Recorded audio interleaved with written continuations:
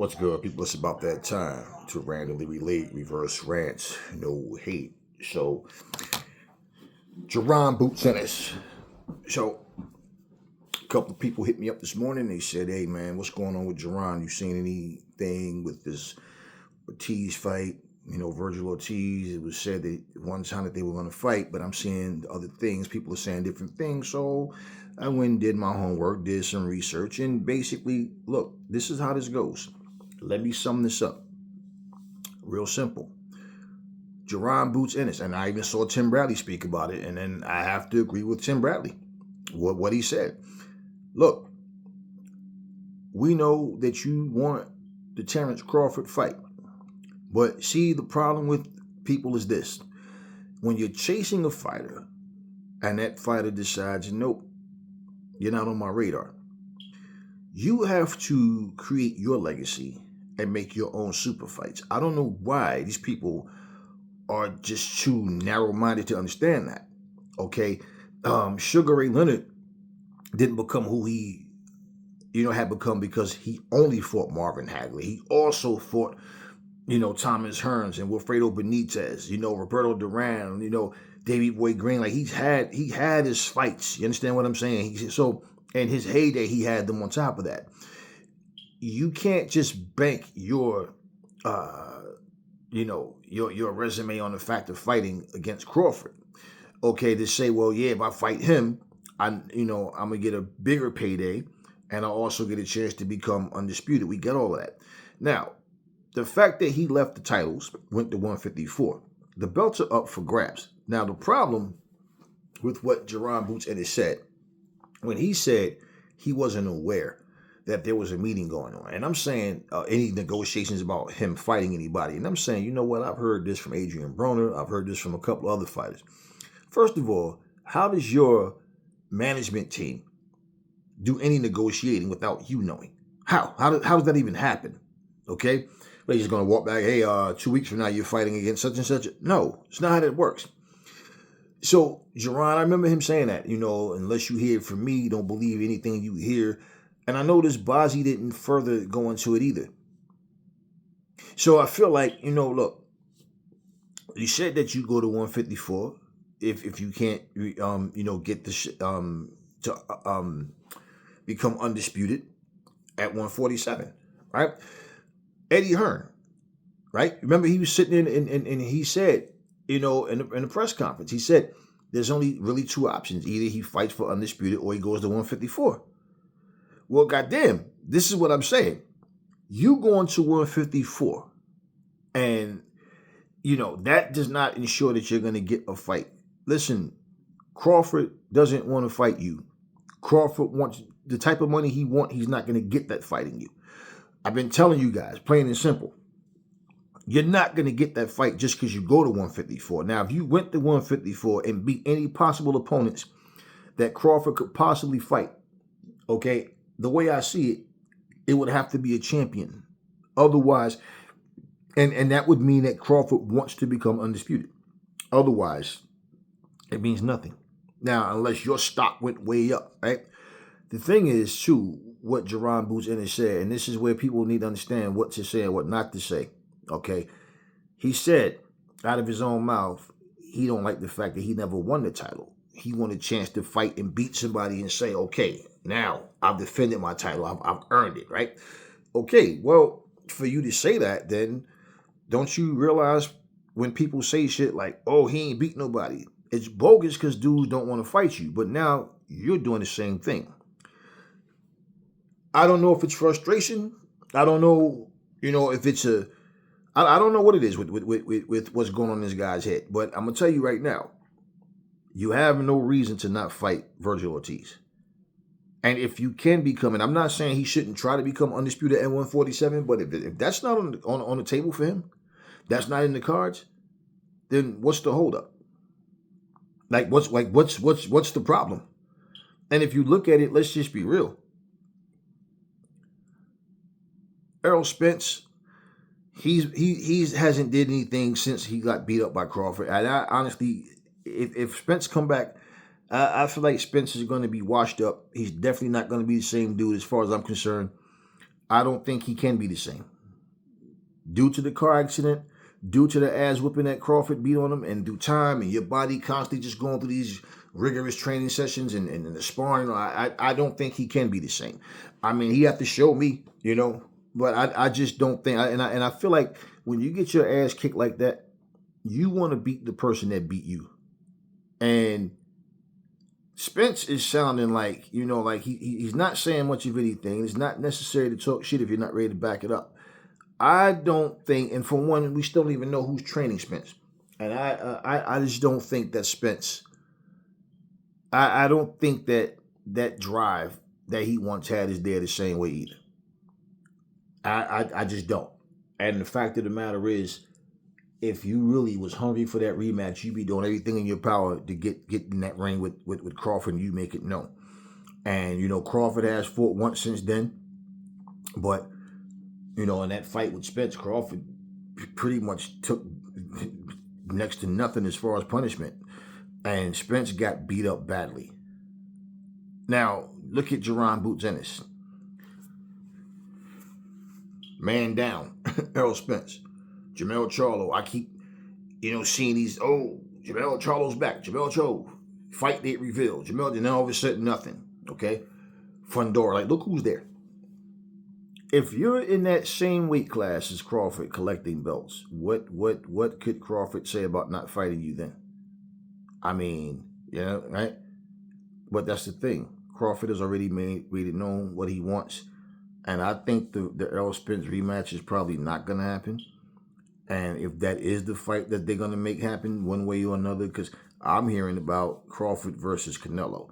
And I'm still waiting to see how this unfolds, because I just keep hearing talk. And what make me feel kind of shaky about this is because I keep hearing people saying different things as opposed to like what would happen if they fought. Well, if they're fighting and that's it's on that, hey, that's the next fight, then we don't have to keep talking about what if, because we know that we're going to find out come fight night, right? So I don't know what's going on as far as all of that, the details of if this fight is official or not.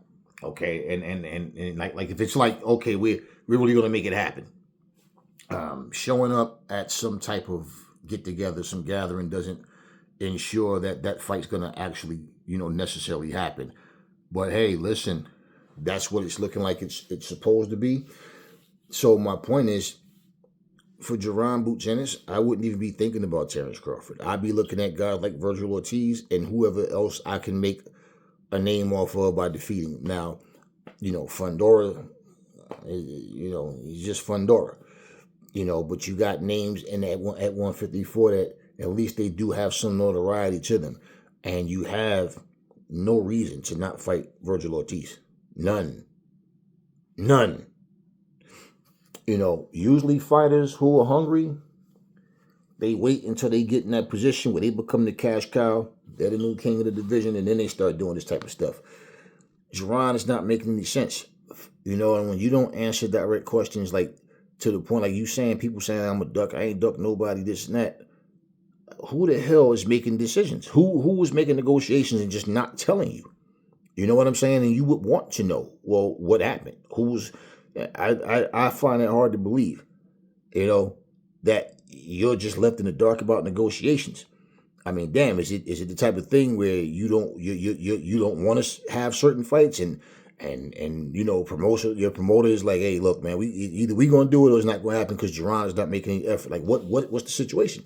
See, like I tell you guys, man, I look at every situation. I look at the information we have, what comes out of these people's mouth and what they do. Like I told you before, I like Jaron Ennis as a fighter, but I'm not going to sit here and play favorites for people. And I always tell you guys that. So what I'm saying to you right now is based on what Jaron Ennis' actions have been and the things that he's saying. And there's absolutely no reason. Like I said, I agree 100% with what Tim Bradley said about him. It's just that you looking like a sucker, man. You really, like, what reason do you have to not fight him? You can't be talking this shit about big money and this and that. And you understand what I'm saying? Like, bro, look, you see the problem with these guys, man, is they start having these prices that their ego tell them that they're worth. Veterans and all, Because you got a lot of veterans who, like, yeah, you've been treading lightly. You a vet, but you've been treading lightly. You haven't been doing nothing spectacular, right? And they try to put these price tags on themselves, or they want to be in a certain situation where it's like they want overnight success. You've been doing this for a long time. You're not new to it, but it's like in terms of where you are, you have to, hey, listen, man, you can walk up a flight of stairs, you can run up a flight of stairs, you can jump up a flight of stairs. Somebody can toss you up a flight of stairs. You understand what I'm saying? But the bottom line is, you got to get up that flight of stairs to get to the top step. And until you do that, man, there's no easy routes, man. For some fighters, they get it that way. Yeah, some fighters get the easy routes. They get protection. Yeah, hell yeah, and we know who they are. But yeah, I don't understand how Jaron Boots Ennis doesn't understand how this makes him look. You know, it's not a good look at all, man.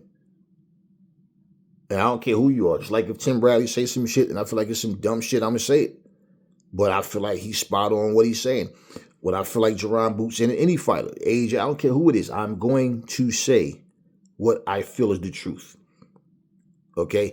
And if you are not used to critical thinking and logical reasons and explanations and just having good reason to believe what you believe, and then, you know, I'm not the one you should be listening to. You need to be listening to these guys that feed you bullshit and you know, tell you what you want to hear. And everybody knows, like I said, I've been behind, like rooting for Jaron to win.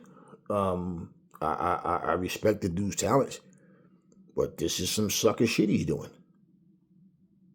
You know, and I don't care who's saying it. I'm not saying it out of hate. I'm saying it because this is what's real. So for the people that's saying that, anybody that says anything out of hate, the hell with them. I don't focus on them. But I'm saying, this isn't a good look for Jaron. And he has not given us one logical reason as to why this fight's not happening. You know, it's like these fighters don't have anything to say unless they're in an interview and somebody's kissing their ass and praising them. But in terms of just the way things are going in this monopoly of boxing, it's always like it's like they don't want to have a conversation. So why the hell are you doing interviews then, right? And then when you do the interviews, it's like, you know, let's get to the facts. It's not about trying to expose and trying. No, it's not about I'm going to get you in here and try to disrespect you. No, let's talk boxing. Like, what's going on? What's happening? Why is, you know, anytime that you know your answer is you don't know, you don't understand what's going on with your own team. You don't understand, you know, what the direction is that your team wants you to go in. Everything is always I don't know. Ain't nobody tell me. I never, like, man, are you kidding? So. Yeah, man, we seeing Jaron Boots Ennis do some things right now, man. That's not that's not looking good for him. And if he don't fight Virgil Ortiz, okay, if he don't, Virgil, you know, was supposed to fight Crawford at one point. Then the fight never happened. Then he ended up going to 154. And it's like I told you, you know, Crawford, regardless of why his reason is, and I gave you guys his reason. I don't feel like Terrence Crawford is afraid of Jaron Boots Ennis. I feel like Terrence Crawford, like I said, he has his eyes on Canelo. And like he said, he only wanted a rematch with Spence and then Canelo, and that was it. You know, before that, he was saying that he wanted to become undisputed at 154.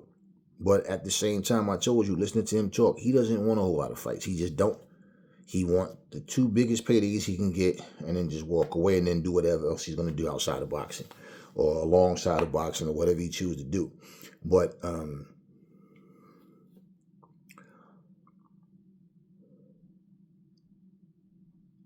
it's still the reason he doesn't want to fight him. Okay, so bottom line is nothing stopped that fight except for them.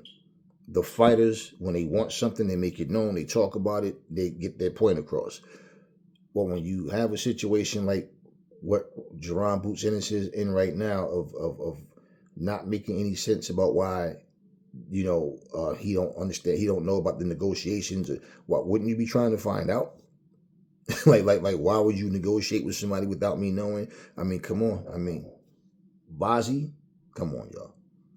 Anyway, that's all I got for you guys right now. I will catch you on the next one. Come on, man. Step up, Jaron.